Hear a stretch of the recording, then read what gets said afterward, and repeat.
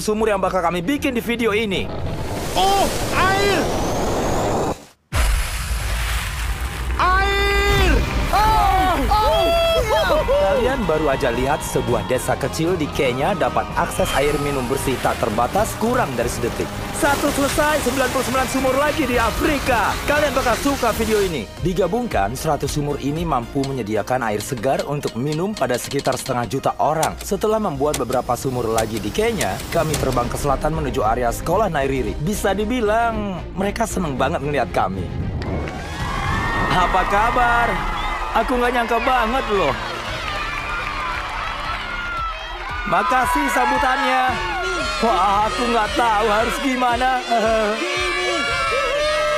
Aku appreciate banget semuanya. Desa ini ngadain pesta sambutan kedatangan kami dan Nolan ikut nari. Nolan orang paling norak yang aku kenal. Dan itu pujian dari aku ya. Setelah keliling sekitar sekolahan. Nah, tamu kita sudah datang. Apa kabar? Hari kalian baik?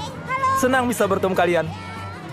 Salah satu gurunya menunjukkanku tempat para muridnya mengambil air, yaitu dari sungai ini yang sangat tidak aman buat diminum. Ini tempat para murid ngambil air? Iya.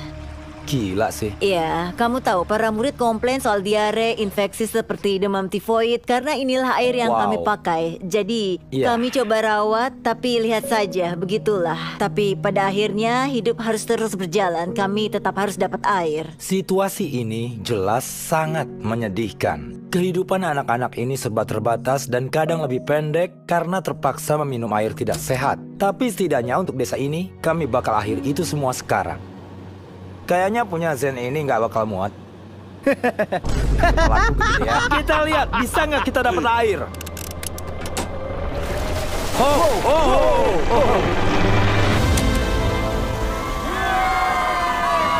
Hujan turun! Ini indah!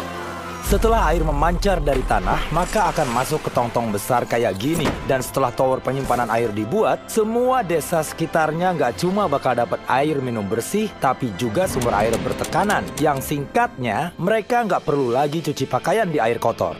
Tarik! Dari skala 1 sampai ibunya Nolan, seberapa berat ini? Ibunya Nolan dikali 2. Astaga. Hei, aku jatuhin juga nih kamu.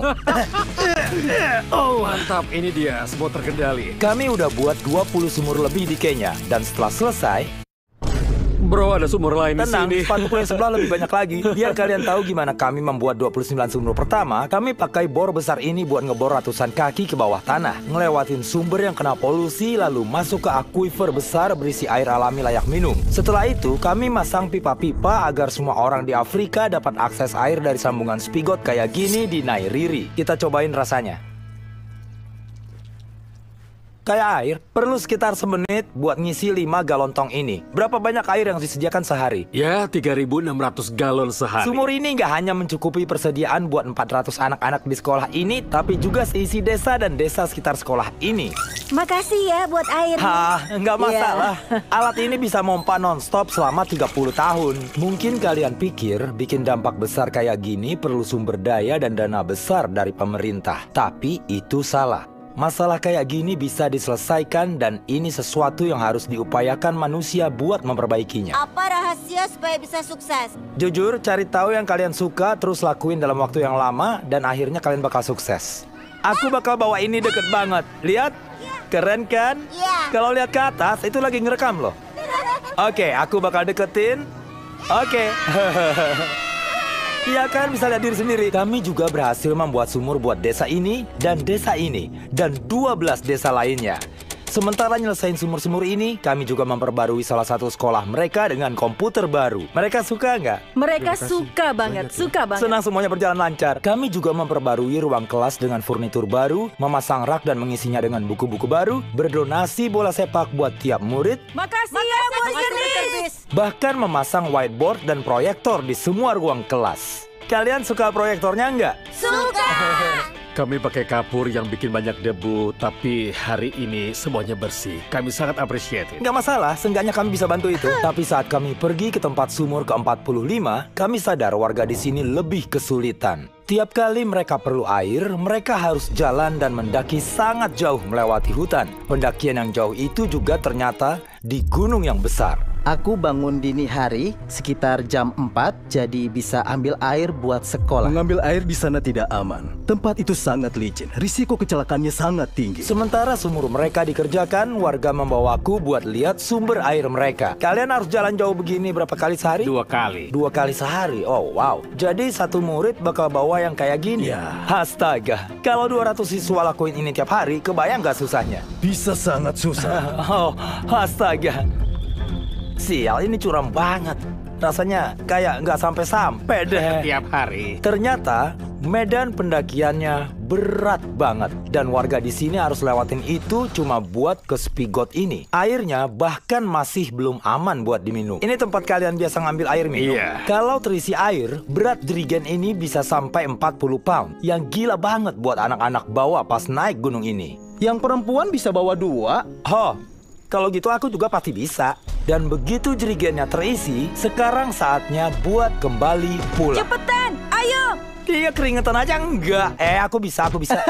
Nah, daripada ngabisin berjam-jam sehari buat air tidak layak minum, sumur baru mereka cuma berjarak 10 kaki dari sekolah. Jadi, mereka bisa isi di sini sekarang.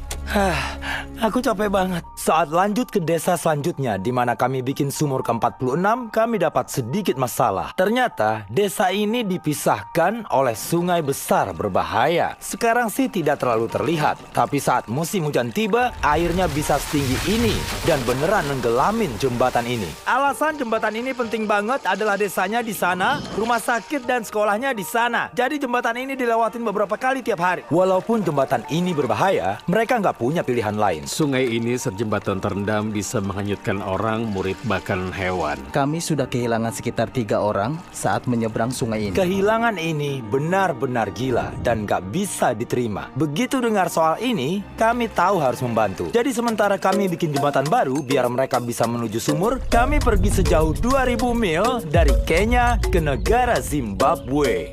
Udah di Afrika lebih dari seminggu dan masih banyak sumur yang harus dibikin. Kamu bau tahu? Aneh deh, padahal udah mandi loh. Wow. Iya. Kalau udah selesai aku bisa turunin tanganku. Aku bisa andalin kalian bersihin sumur ini bareng aku kan? Iya. Yang pertama di agenda adalah ngecek rumah sakit lokal yang sangat perlu air bersih. Saat masuk kami jadi tahu besarnya dampak klinik ini buat desa mereka. Berapa orang yang kalian bantu melahirkan dalam setahun? Sekitar 50 dalam sebulan. Jadi bantu 600 lahiran setahun? Iya. Wow, tapi sayangnya para ibu hamil di klinik ini harus jalan lebih dari 1 mil cuma buat ngambil air. Terus membawa ember berat ini kembali. Bagaimanapun, berita baiknya adalah kami udah bayar buat konstruksi pompa baru yang modern. Bagaimana? Iya, selesai. Ayo kita. Yang perlu dilakuin sekarang cuma nyalain aja. Oke, Nolan, kamu siap? Aku siap, ganti. Biar aku bikin zoom in dramatis.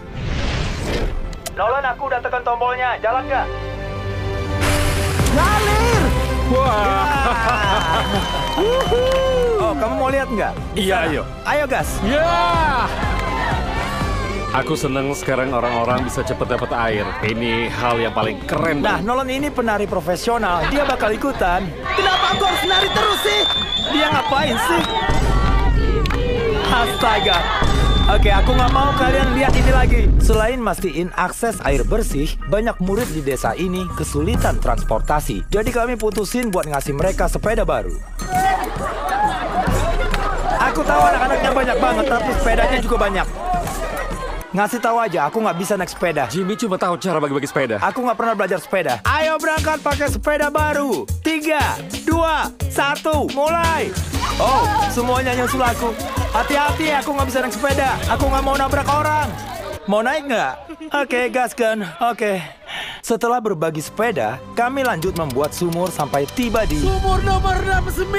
Sumur bertenaga surya ini khusus didesain buat bantu petani di desa dengan menyediakan air yang lebih dari cukup buat tanaman dan hewan ternak. Bahkan saat musim kering tanpa perlu listrik. Tiap panelnya 200 watt dan terhubung ke pompa. Pompanya bisa memompa 5.000 liter setiap jam. Pada dasarnya ini air tidak terbatas buat seisi desa. Itu luar Seperti biasa. itu. Setelah meninggalkan dan Zimbabwe, kami ingin terus menyediakan air buat penduduk di seluruh Afrika. Jadi kami bikin lebih banyak sumur di Uganda, Somalia, dan Kamerun. Kalau mau tahu yang kami lakuin di Kamerun, video lengkapnya bakal segera tayang di channel Filantropi. Ngabisin waktu di desa ini beneran bikin sadar pentingnya membangun sumur, penyediaan air buat pertanian, memberi yang kekurangan, menciptakan kebersihan di rumah sakit, dan yang paling penting, bagaimana membantu anak-anak generasi selanjutnya hidup lama dan sehat, serta membangun masa depan buat semua warga. Kami menunggu awal baru untuk air minum yang bersih. Air adalah kehidupan. Dan dengan bantuan warga lokal, kami akhirnya menyelesaikan jembatan baru yang bisa dipakai warga sampai ratusan tahun.